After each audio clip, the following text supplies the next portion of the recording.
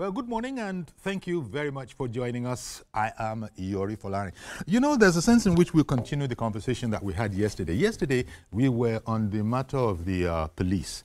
You know, when we had a senior advocate of Nigeria to explain the whole thing to us. He took it via the route of the Police Act of 2020, even though that has been amended. And, you know, we sort of were exhaustive on the subject matter yesterday. Okay, we want to continue and perhaps extend that a bit. Our guest this morning is Professor Rotimi. Actually, Professor Rotimi, is that the surname or the first name? That's my surname. Oh, I'm Kemi. Professor Kemi Rotimi. But because I see him as a man, I'm always wants to go and call him Professor Rotimi as opposed to Professor Kemi, where somebody will be expecting a lady. But you've been Professor Kemi for God knows how long. They can refer to my mother, but she's already dead. Great to have you on, Prof. The last time we were here, we spoke about the police, but there was so much to say, you being a historian and all of that, and so there's you're very conversant, familiar with all of the issues. Now, one of the issues that arises from what we were speaking about yesterday was the effect of the Inspector General of Police, which is, shall we say, in the news, the effect of the extension of his service on, shall we say, the matter of superseding or not superseding within the force. That seems to be an important subject matter. Now, are there parallels to a thing like this in other jurisdictions? Thank you very much. We are not going to other jurisdictions. Okay. I'm a historian, and that is where my forte is. But we will not even leave Nigeria to discuss this issue exhaustively. Okay. One, Dr. Egbetokun has not got an extension. That's the very first thing to debunk. As at the time Dr. Egbetokun was appointed IGP by Mr. President, he had not reached age 60. And under the new Police Act, it's only the IGP now who has this tenured appointment of 4 years. Every other person, you are going by the existing rule. I think they have just extended the retirement age to 65 the other day. Yes. In other words, if you are not the IGP, it's only the IGP who has tenured appointment on that job of IGP. Because it specifies. It is subject specific. You hold the post at the pleasure of Mr. President for 4 years. What I'm not sure of is whether there's an extension, but it is not likely that there will be an extension, because you don't keep somebody on that job for 8 years. That will create some problems. So Egbetokun had not reached age 60 at the time Mr. President appointed him. And this furore about whether the act was amended just so that it could favor him, hogwash, rubbish. The act having been signed into law by President Buhari in 2020 was due for implementation. And I was very happy when one of the legislators who was involved with the passing of the act, and one of those who wanted to be speaker the other day, Gagdi, appeared on another station and labored to educate his interlocutor about the fact that there is no question of extension, there is no question of skewing the act just so that a particular individual could be appointed. Of course, his interlocutor, who had made up his mind to push the case for Egbetokun has been favored, continued in his own way. He repeated the same thing the following day, even when an educated lawyer came around to educate him. He refused to be educated, but that is his headache. Egbetokun's appointment is not an extension. Egbetokun's appointment is appointment qua appointment. He had not reached age 60. And talking about this age 60 in a retirement, just yesterday on another station, an otherwise experienced journalist claimed, beamed it into the whole world, that Mr. Musiliu Smith was recalled from retirement to be IGP, a lie from the pit of hell. No, that can't be. You know, that can't Mr. Musiliu Smith, the night before his appointment, I spoke with Mr. Muslim Smith the night before his appointment. It was AIG Zone 1. So if I spoke with him as AIG Zone 1, headquartered in Kano, the night before his appointment, was he retired after our conversation and then made IGP before dawn? Mr. Muslim Smith was actively an AIG Zone 1, Kano. Incidentally, that post became the post before you become IG. Ibrahim Kumasi went there from Mr. Smith. Then Mr. Tafa Balogun was also AIG Zone 1 at the time he was appointed IGP in 2002. So Dr. Egbetokun is having a proper appointment as IGP. As a matter of fact, there is an IGP now retired who could challenge his removal from office before Dr. Egbetokun's appointment. That's the IGP before Dr. Egbetokun. But we do not know, and since he has not said so, we cannot be crying more than the bereaved. He was supposed to have been appointed under the 2020 Act. We should have specified that he was being appointed IGP under that Act and to hold office for 4 years. So by the time he was removed and then Dr. Egbetokun was appointed, he could query his removal. But if the man has not complained, who are we to complain on his behalf? Now, Dr. Egbetokun is not enjoying an extension. He has been appointed IGP. Talking about supersession. But when the president came on board, when yes. President Tinubu, entered into his office, yes. It was not known that the Inspector General of Police would come on. I mean, everybody would have known. We know these things. The policemen know who is where. And so they knew that he was going to be retiring soon anyway, not knowing that, well, you don't know, how does one put it? You don't know what the president, has up its sleeve. You don't know, because you've just said that he's serving at the pleasure of the president. And so that is why some people are saying that, I thought we knew when this man was going to retire, only for you to now introduce this act which you've spoken about, and which an SAN also spoke about yesterday, that, look, this thing is fortuitous, to put it the best way possible. Fortuitous for Dr. Egbetokun. But when it comes to fairness, and that's where it was going to link on to, how about all the people behind them? Okay, now, let me disclose to Nigerians who are watching. There's a game that is age-old in the Nigeria Police Force, preparing for the office of IGP, okay, even for the moment you are made CP. As a researcher, I've got so many anecdotes, but we use only a few. Mm-hmm. DIGs, almost all DIGs in the past, used to have their IGP uniform sewn, ready in their wardrobes, waiting for the appointment. For one of them, when the thing did not happen, he drove from Lagos to Abuja midnight, because the man who was leaving office had told him that you are most likely going to be, you will be my successor, not most likely. Mm-hmm. But when it was during the military, when the appointment was made and it wasn't his name, mm-hmm. I would deliberately not. Yes. The man got so angry that he drove from Lagos to Abuja in the dead of night. Of course, it was not the era of cell phone, yes. So it couldn't be reached. Yes.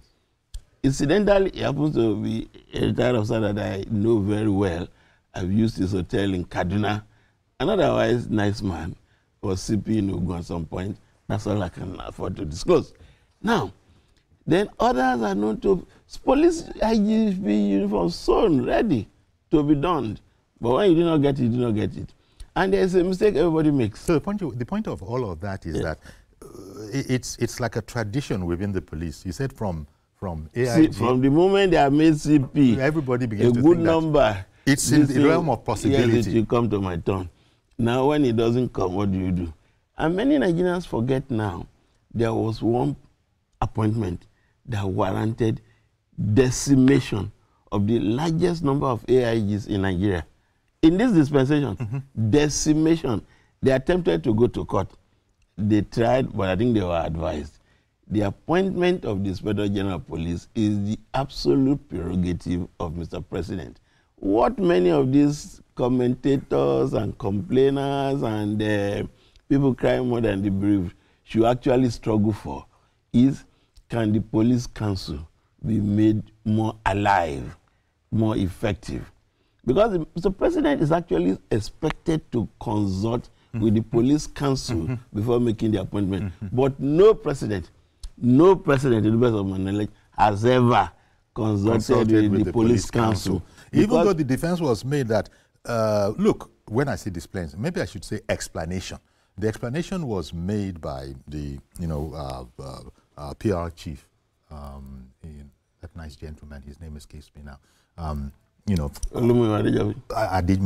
Adejobi, was made that the police council assented to this.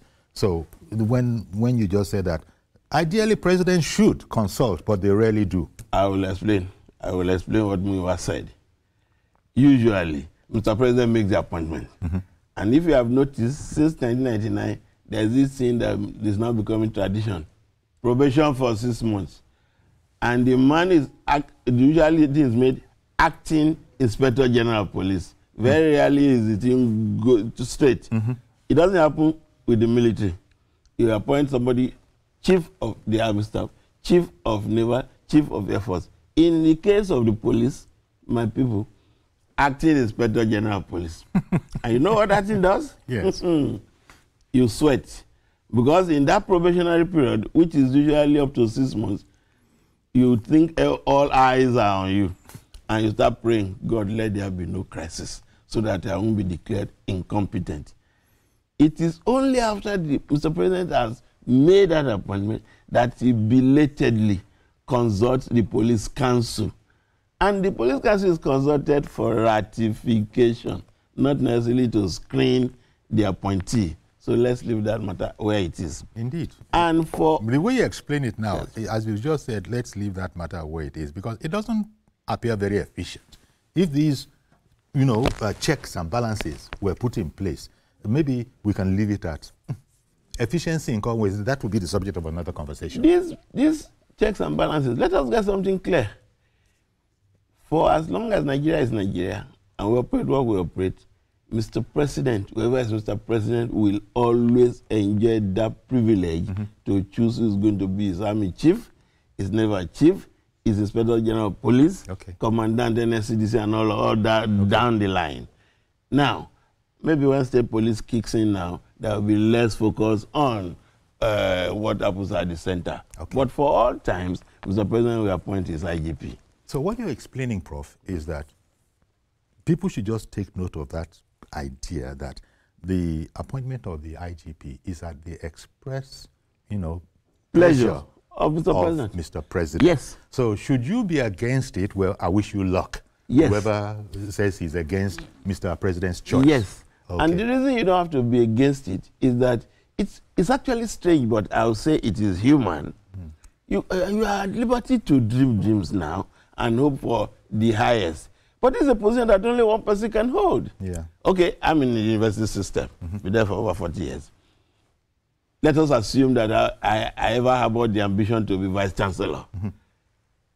You know that whether 50 people are contesting, or 10 or 2, only one person will be appointed.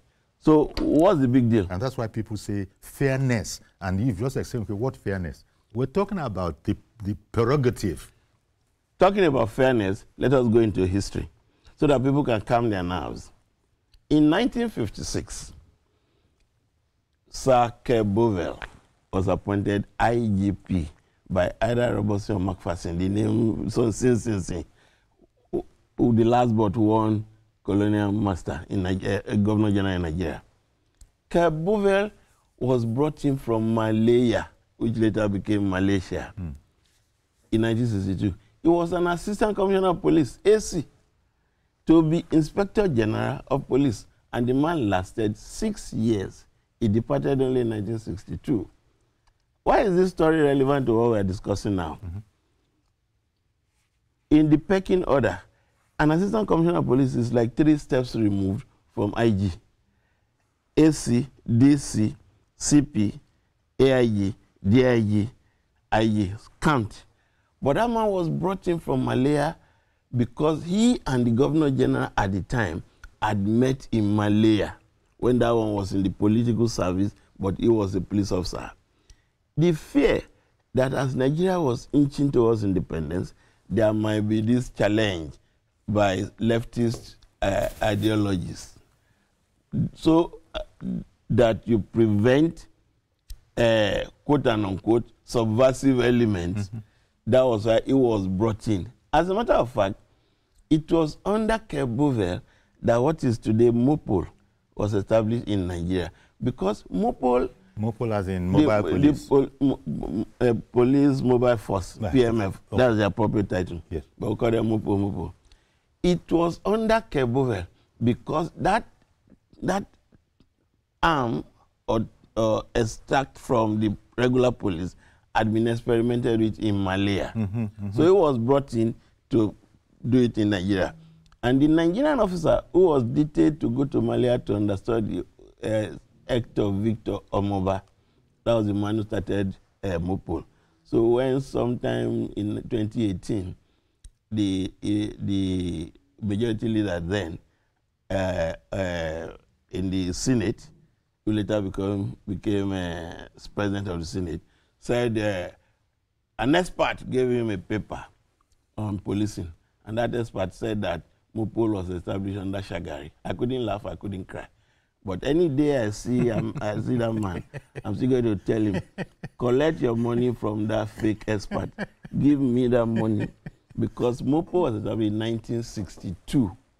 Not under Shagari. Wow. So Kerbovell was brought in. Where are we headed here? To supersede the likes of J.A. MacDonald and Hodge, the last Colonial Inspector General of Police. J.A. MacDonald had got to Nigeria in 1931, 1933. So you can imagine these two people haven't done over 30 years or close to before somebody was brought in as IG over them. They were already CPs. Thank God, Hodge eventually made it and became IGP. But in the case of J.A. MacDonald became permanent acting Inspector General of Police. His substantive rank was DIG, but he never made the grade of IG. Fortunately for me, and to the pleasure of the historian, I met his daughter in 2010 at the last annual reunion of Colonial Police Officers in Oxford. Beautiful lady. And I later saw the memoirs of her father, and inside the envelope, her mother's write-up. It was the mother and a few others who started Corona schools in Lagos. The father of the mother came to Nigeria in the 1890s to trade, but died. The mother got curious to want to see the grave of her father. By traveling from Lagos to Opobo, fortunately, a detail of the husband helped to locate the grave of Mrs. MacDonald's father. I mean, that's how interesting history can be. Sometimes, yes. But J. MacDonald, substantive DIG, never made the grade of IG, but regularly IG goes on leave, acting Inspector General of Police. So coming back to superseding or not your colleagues, what would be those who are saying that, but maybe, I think you're commenting on the so-called fairness or not of processes like this. Yes. Because I think what this story illustrates is that it ain't nothing new. Nothing absolutely new. It ain't nothing new. These things happen. But I said fairness, you said which fairness? Yes. And whether it has never happened before. Who said so? These things happen, and you've just given us a historical perspective. Yes. And therefore, when you say, Egwetokunde officers, who are these officers? At the time Egwetokunde was appointed, Egwetokunde was already a DIG, if my recollection is right. Before him, it was usually from the rank of AIGs that IGs are picked in Nigeria. And I can count. After Mr. Smith, Mr. Tafa Balogun was AIG in Kano. After Mr. Tafa Balogun, yes, Indera was already a DIG. After Indero, yes, Okiro was DIG. After Okiro, Onovo was DIG. And to those who do not know, Onovo and Okiro were squad mates. They joined the police same time. But Onovo had a head start, made DIG before Okiro. But Okiro did so wonderfully well in Lagos. And Okiro was promoted DIG from CP. But many who might not know would think that it was brought in to supersede Onovo, for instance. They were squad mates. But Onovo was luckier in the movement. But Okiro made the grade and was made IG. But after that, you had Ringim. Onovo was in office for barely a year when Jonathan promoted or brought in Ringim. And when the PDS people complain, they don't know history. And that's why we're here. Ringim got the appointment. Why? When Alamesia got into trouble and President Obasanjo caged him, the man from England came to Bayelsa, disguised as a woman, but was apprehended. And I was in the US when he was picked. I remember clearly. Ringim was CP Bayelsa. So there was this BBC program, Focus on Africa, during the bell for that afternoon. Ringim, they interviewed him. We understand the man, the governor has been, yes, he says he has been arrested. Where is he now? He says he's sitting in front of me here. I will soon arrange for his transportation to Abuja. Now, because Ringim as CP contained what should have been the protest about Alamesea's ordeal, because the man had acquired fame, Governor General of the Niger Delta. So his ordeal was novel and people had reactions. But Ringim effectively caged those who had protested. So when Jonathan got the chance to appoint an IG, made Ringim his IG. Ringim was an AIG, not DIG. At the time he was appointed. And after him, subsequently, you are having AIGs becoming. So what is the big deal? So Egbetokun deserves to have that appointment. And Mr. President could pick anybody. And I'm saying this so that people will appreciate. Once you are a CP, you could be made IG. That's the truth of the matter. And so, following from all that you've said, this whole matter about Egbetokun and his extension, it's making a mountain really out of a molehill. Out of a molehill. You know, that's what you're saying. Yes. Okay. You said something in there that reminded me of something else. You know, you used the expression, you know, a novel idea in the police force, and talking about the police week. Yes. That's a novel idea. One hears of Army Day. I don't know about Police Day, but now we're talking about Police Week, and it's a novel idea. Talk to us about that.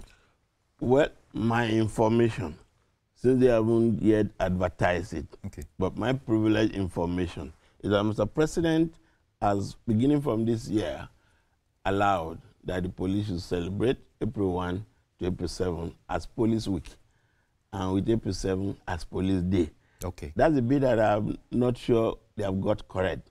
Many Nigerians do not know what we have today as Nigeria Police Force came into being on 1st April 1930.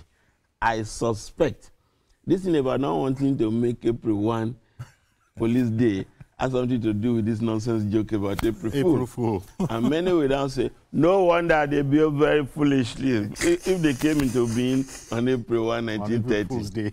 But it was not their making. The political authority, that is the colonial masters, at the time decided to merge the government police of the South and government police of the Northern protectorates into one on April 1, 1930. That's how we got MPF. So for Mr. President to now give them this week, that's a big deal.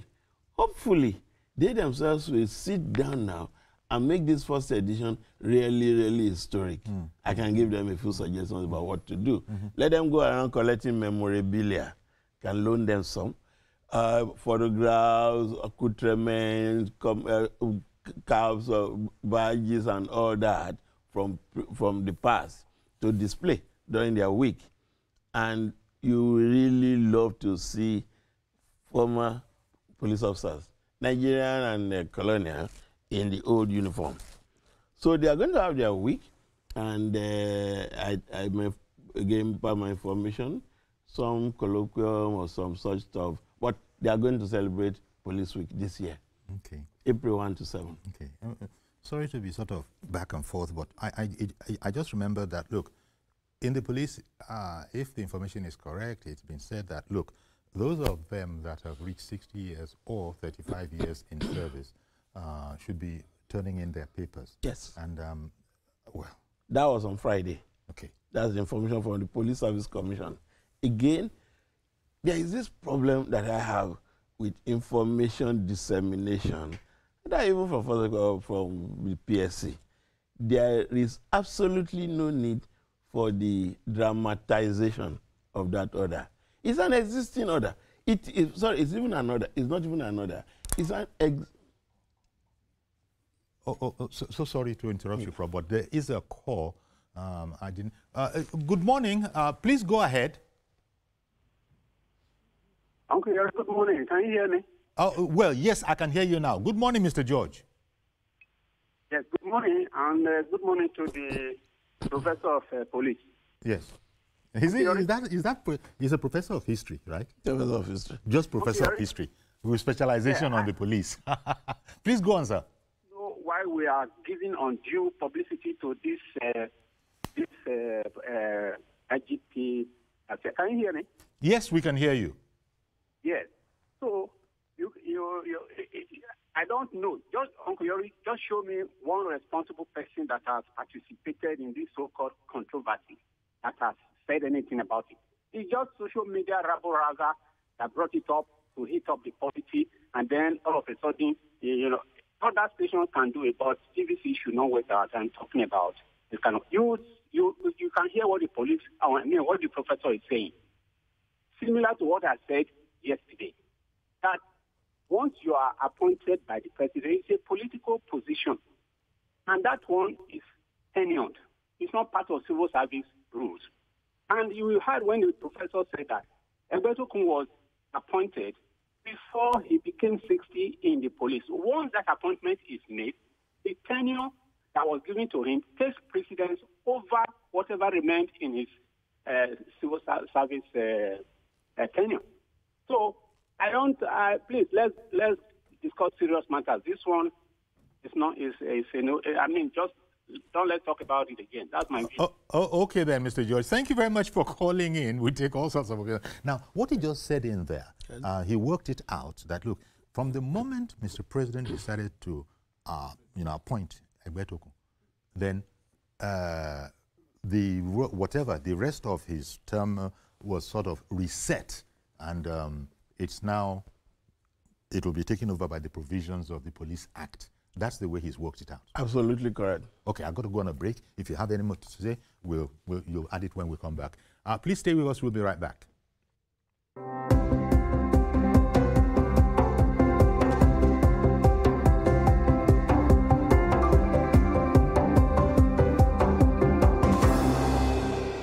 And fear doesn't occur at the canvas, it shows in the canvas. It shows advocating, protesting as the arts are meant to be.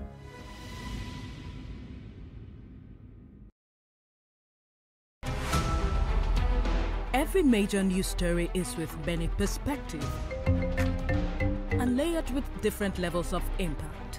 Hello. What time did this happen? First, with breaking news.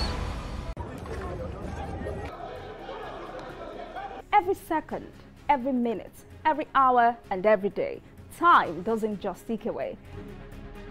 It counts down to political decisions that shape our world. This country must move. Imagine the impact these decisions have on our lives. Some are consequential, others may leave us intrigued or baffled. You will have no better friend and partner than Nigeria. Step in and feel the frenzy like never before.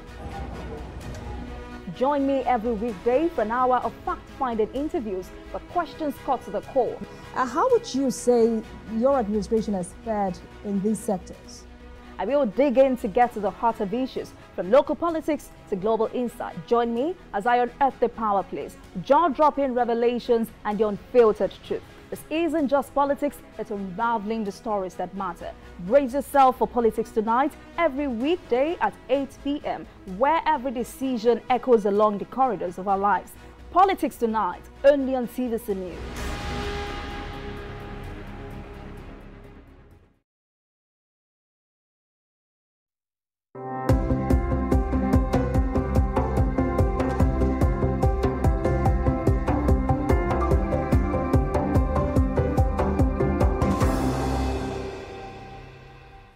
Okay, welcome back. Still having this conversation with Professor of History,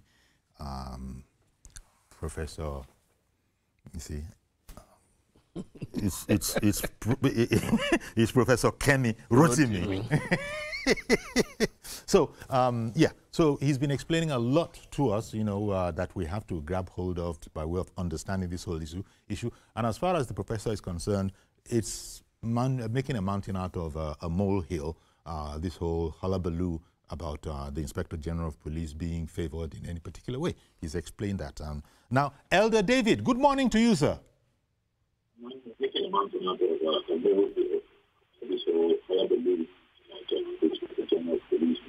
Elder David, can you turn down the volume of your television, sir? Good morning, Yori. God will bless you. Amen, sir. And you too. Thank you very much. I'm very grateful. Okay. With due respect.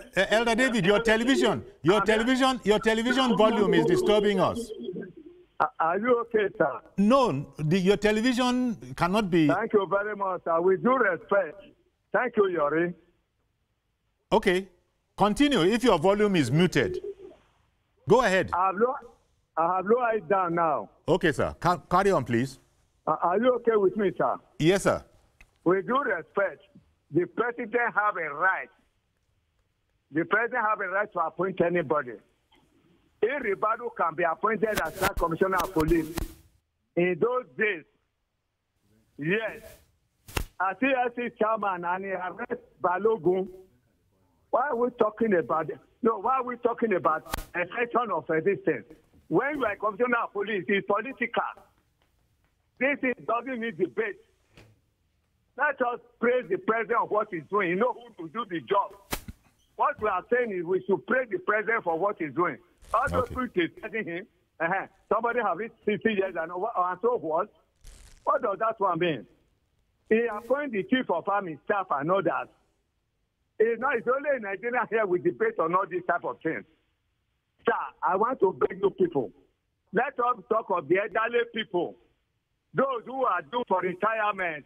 Those who have retired and have not been paid their pension. Okay. This is what we should be talking about. All right. Not somebody who has been appointed who is still serving. It's because the man who is there today is the man the president choice can do the job and is doing the job. Leave him alone. All right, then. There for even until 2031 when the president will leave that place. Okay. By the grace of God. All right, then. To solve the problem. It is those who are in the opposition who can never win an election in this country tell you all that. I'm talking as a politician. Let us talk of the elderly men. All right. The retirement officers that have not been paid. Elder David, I hear you, sir. Thank you very much, sir. I really must interrupt at this stage. Thank you very much, Elder David, for calling in. And indeed, I did hear your advice. So people going around being appreciative of, you know, the point of view you've explained that it's up to the president and the president only. Yes. And now, on the 35 years, 60 years in, yes, that became an issue on Friday, it's only when it concerns the police that you hear this kind of nonsense. The Police Service Commission had no business issuing a statement to people that the statement did not concern. Usually, to whom it may concern. Mm-hmm. That was a statement that you issued to whom it did not concern. Because the Police Service Commission having responsibility for appointment, promotion, and discipline, you already have the files. I was going to ask you about that. You already have the files. When the commission is now asking the concerned officers to turn in their papers. Are you begging them to leave? They must go. The files are there. Yes, doctoring and all that, but you still catch those you must catch. So, and what else is the Police Service Commission for? Call for the files, screen the files, and then just write to them, save journey, bye-bye. Why asking them to turn in their letters of resignation or retirement? absolutely uncalled for. Rubbish. This is for the Police Service Commission to clean up his own acts. Because that would shake the system a bit. There was no... Yes, but there was no need for it. Because of that statement, one of the programs on another channel tried to latch onto it about hair. So, this Agbetoku, total rubbish. Okay. Total rubbish. Okay. Subai is on the line. Good morning, Subai. Yeah, Mr. Yori, good morning. Good morning, sir. Thank you very much. I hope you are hearing me. We can hear you. Thank you. First of all, let me appreciate your guests in giving us the historical background of the Nigerian police. I appreciate the professor very, very well. But by and large, let's say it clearly. Those people that is agitating, I think they are agitating on their own selfish interest. On their own selfish interest. Are they aliens to this country? Let's ask them. Are they aliens to what is happening in Nigerian police in this country? Right from, the time I grown up, I know, the appointment of IG, Inspector General of Police, is detailed on the prerogative of the president. So what are they talking about? I think it's a kind of diversional issue. Look, you see, those people should not disrupt or they should allow our president to continue on the good job of Nigeria. This one, this issue is not necessary. So, by and large, I still thank your guest, so let's move ahead. Let's give our president a chance to solve our problem. So, to me, it's nonsense. What they're agitating for is rubbish. Have a nice day. Okay, then, Subai, thank you very much. Well, indeed, that was given it short shrift. And because the point was made yesterday when we were talking about this, that just about every authority you can think of, apart from the president having made his appointment, he doesn't need anybody's permission to do that. The Attorney General has, come in on this, the Police Service Commission, everybody. But we're in a democracy, and everybody's allowed their rights to have their say. But then common sense will have its way. Go ahead with your own. So, in fact, one of our viewers, as Mr. George, calling in from Ikeja, he's so angry. Don't talk about this anymore. Why are you airing this whole matter again? Well, it has to be spoken about. Otherwise, people will think that there is something to that which is actually not. Yes, it's okay, as you have said, and rightly so. In a democracy, the people will have their say, and some of them will have their way. Mm-hmm. In this particular instance, because of the individual who I am not interested in even naming, mm-hmm. who brought it up, mm-hmm. and then you have this lazy, totally indolent journalist, including the one who claimed that Mr. Smith was appointed IG from retirement. It's unfortunate, I don't know where annoying, came from. But the more serious issue, and we have rested that now too, mm-hmm. the Police Service Commission has no business requesting or inviting people to write their letters of retirement. Okay. The files are there. I work in the university. People play monkey tricks. You go change the date of birth. But the registry people are so very good at it. There was a case of a man. By the time he brought the third date of birth, I said, Baba, I go to Lu now. Your time has since been up. The old man is late now. God rest his soul. Mazi Okoroafo, in Arochukwu, good morning. Good morning, sir. Good morning, again. Honestly speaking, sir, we thank God for today. It's been Tuesday. The issue is this. We have a constitution, and the constitution is binding for Tom, Dick, and Harry. What is the constitution saying? That when you are 60 years, and when you have served for 35 years, what do? You just gracefully and religiously go on your retirement. And I like one of these organizations, like WAEC, 3 years for you to retire. They will send you for a course, retirement course. From that 3 years, you now know that your days to say thank you for the organization is limited. But the situation whereby, when I saw that the case was just talking about, when I heard about the letter, that the commission said, 60 years, 35 years of service, find your way. Well, not find your way. Turn in your papers. I don't know. Notify us. We want to know. Let us know. Yes. Now, the thing is this. honestly speaking, it's very, very religious and graciously for anybody. When you have reached that time of 60 years, just quietly can go. Okay. But a situation whereby there's a lot of controversy, this and that doesn't make sense. Because nobody is indispensable in any organization. In our that the young man is doing so, but the question is, when that time is, let him go. Everybody should get a place. And at least there's a cadre of vegetation.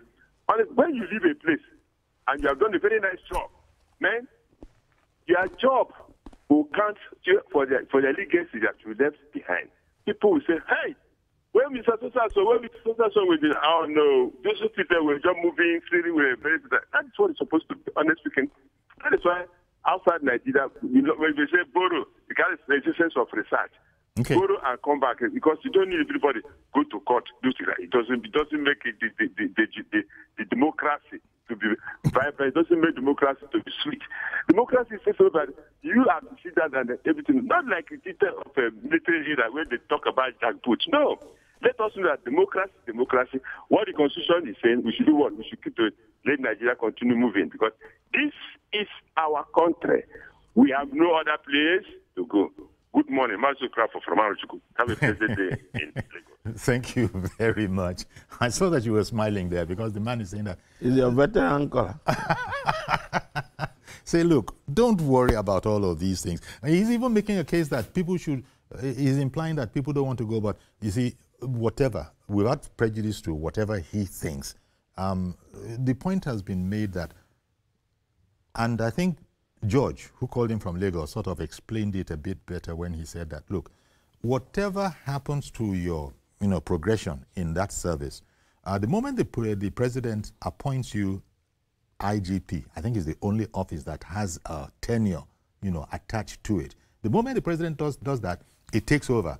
Even if you were already, day after tomorrow, you were due for retirement. If you get appointed now, I'm sorry, you shall have that 5 years. Right? Or whatever number of years. Or whatever number. That is specified in the Act. Mm-hmm. And one last word, so that we get off this. Yes.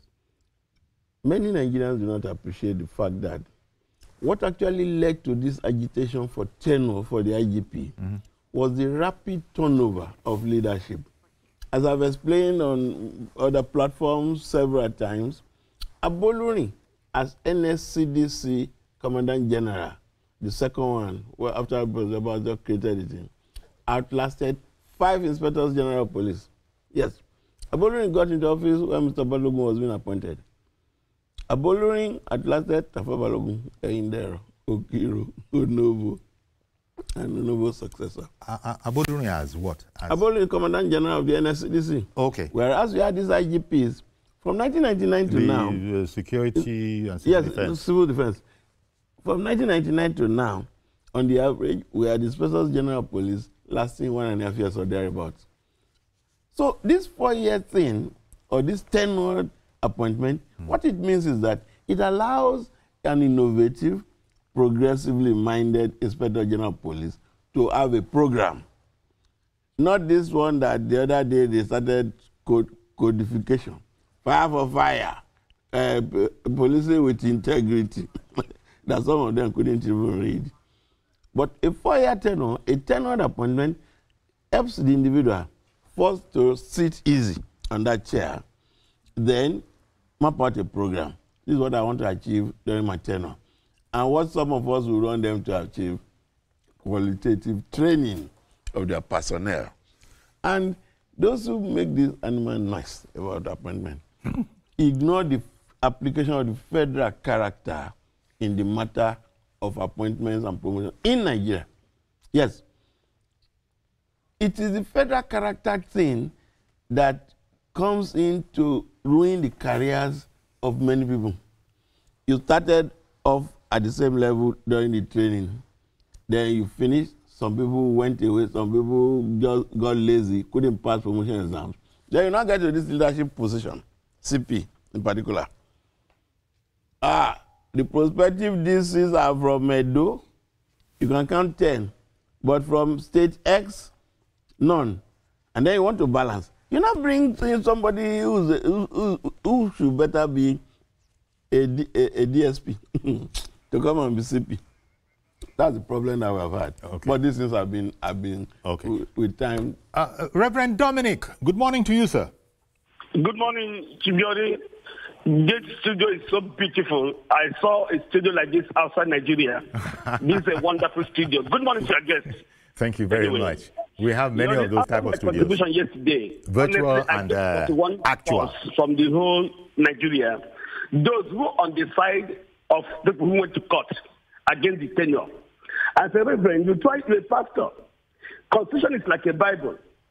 As I do understand that Constitution is like a Bible. But there's a police act that said, immediately you appointed IG, that Constitution of 65 or 35 doesn't apply to you again. If people are interested, can we climb to the Supreme Court? Let Supreme Court clarify it. Just like the Supreme Court has clarified the, what you call, independence of local government. Now that's easy. We should tear down Nigeria because of tenureship. Number two, sir, we must make police as an institution. That institution is that if you already come into that institution, you know what to do. If nobody comes to that institution, you know what to do. This institution we have taught to human character and what I do now. If I come to police, I will say Operation Fire. Another person come, Operation Water. Another person come, Operation Stop This. It shouldn't work. If we have a strong institution, anybody that comes into that institution fit into it. Whether you work for 1 day or for 1 month or for 2 months. Why are we fighting for this tenure? Why we are fighting for the tenure is that let a man start his tenure, have a plan, achieve his plan, let judge him by his plan whether it works or not. That you come in today, tomorrow you are retired. Another person come with Operation Fire, he goes away. Another person come with Operation Stop This. It doesn't work. I want to beg Sowore and his company to go to court. Nigeria is the only nation we have. If we bring it down, you can't be president in a nation that's at war. You can't be president in a nation that has no food, that has no governance. Nigeria belongs to us. The tenure of IG is not just this man there. It is not because of the man there now. It is for constitution to become the ground norm of a nation. It can be me tomorrow. It can be Sowore tomorrow. Other 4 years or 2 years. This is my own part. So people who is against me, I'm sorry. What I'm trying to say that 4 years term, I agree with it. All and right. Just like in Dume said in Senate, we majority may have our say. The majority will have their say. Let everybody say what they want to say. But this constitution must stand. I support Tinubu on that tenure issue. God bless Nigeria. Thank you very much, Reverend Dominic, for calling in. And incidentally, one of the things he said, that the reason why Egbetogun's situation has to be like this is for the very principle of being able to deliver on some of those programs that require a longer term frame than usual. And that is what Reverend Dominic is including as some of the positives of this. But without prejudice, I think I want to agree with you that let's put this behind us. We've discussed it for 2 days running, unless you think that there's anything that needs to be added. No, if it will be any consolation to the criers, the noisemakers, I want to give them this sop, just a little one, that it is in human nature for people to grumble, for people to be disaffected, for people to think sidelined. I've just told the story of J. Bovell, J. McDonald, and Hodge. Do you know? They left, the last one left in 1964.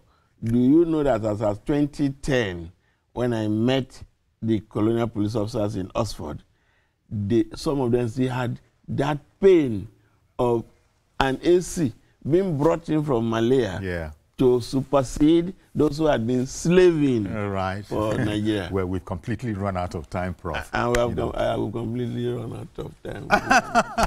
But I thank you, as always, when you're here, because it can be exciting, having a conversation with a historian. It takes you down, memory lanes, some of those things that weren't clear to you. Thank you very, very much. I really appreciate you coming on, Professor Kemi Rotimi, Professor of History, University of Ife.